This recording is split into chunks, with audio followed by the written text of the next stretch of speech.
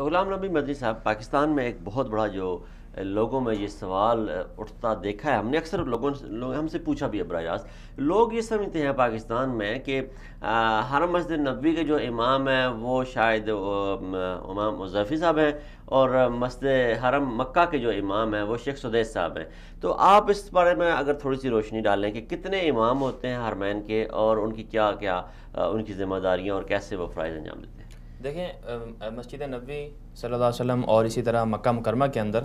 جو ائمہ کرام ہیں، پہلے اگرچہ پہلے زمانے میں بہت کم ہوتے تھے، 2 سے 3 ہوتے تھے، لیکن اب جدت آ گئی ہے۔ ابھی کچھ دن پہلے ایک خبر آئی تھی سامنے کہ ائمہ حرمین کے لیے نیا لائحہ عمل جاری ہوا ہے۔ اس میں کچھ شرائط سعودی حکومت کی طرف سے جاری ہوئی تھیں۔ اس میں کہا گیا کہ امام حرم کون بن سکتا ہے۔ اس میں ایک شرط لکھی تھی کہ وہ سعودی شہری ہو اور 30 سال سے اس کی عمر کم نہ ہو، اس نے PhD کی ہو علوم اسلامی کے اندر، تو یہ شرائط ہوتی ہیں، اور حافظ قرآن ہو، اچھی آواز سے پڑھتا ہو، یہ شرائط ہوتی ہیں۔ اس وقت مسجد نبوی کے اندر جو ائمہ کرام ہیں، غالباً ان کی تعداد جو ہے تقریباً 8 ہے، اور اسی طرح مکہ مکرمہ کے اندر 10 کے قریب جو امام ہیں وہ موجود ہیں۔ یہ جو امام کعبہ گئے ہیں شیخ عبداللہ الجوہنی، یہ اصل میں تعلق رکھتے ہیں مدینہ میں پیدا ہوئے ہیں۔ یہ 1976 کے اندر پیدا ہوئے تھے، اور انہوں نے پھر مدینہ منورہ کے اندر جو مشہور یونیورسٹی ہے مدینہ یونیورسٹی، وہاں سے انہوں نے اپنی تعلیم بھی مکمل کی، اور پھر اس کے بعد اعزازی نمبروں سے تعلیم مکمل جی کی۔ ان کو یہ اعزاز بھی حاصل ہے کہ انہوں نے 21 سال کی عمر میں مسجد نبوی کے اندر رسول پاک صلی اللہ علیہ وسلم کے مصلی کے اوپر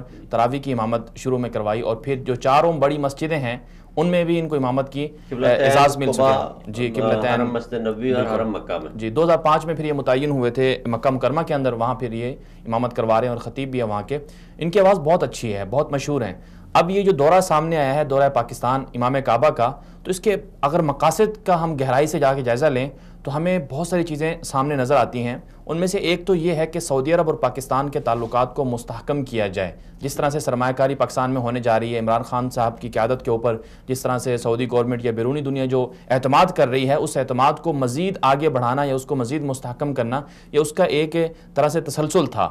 اور ساتھ ساتھ یہ ہے کہ پاکستان کی جو قوم ہے، پاکستان کی جو عوام ہے، وہ چونکہ سعودی عرب سے محبت رکھتی ہے، سعودی عرب سے محبت رکھنے کی اس کی اصل جو وجہ ہے وہ صرف اور صرف حرمین شریفین ہے، اور حرمین شریفین سے جڑا ہوا ہر وہ شخص جو وہاں پر امام ہے، خدمت کر رہا ہے یا وہاں کی دیکھ بھال کر رہا ہے، تو وہاں ان کی قدر جو ہے پاکستان کے اندر بہت زیادہ ہے۔ یہی وجہ ہم نے دیکھا امام کعبہ نے کوئٹہ حملے کی بھی مذمت کی اور کہا کہ افسوسناک واقعہ ہے، پھر یہ بھی کہا کہ عوام کے اندر جو ہے فرقہ واریت، اس طرح کی جو چیزیں ہوتی ہیں اس کو ختم کرنا چاہیے، عوام کو ایک دوسرے کے قریب لانا چاہیے۔ وہ ان کے ہاں کوئی فرق نہیں ہے، بریلوی، دیوبندی، اہل حدیث، یہ سب کے ہاں وہ جاتے ہیں، تو یہ اچھا پیغام گیا ہے، میں سمجھتا ہوں اس میں۔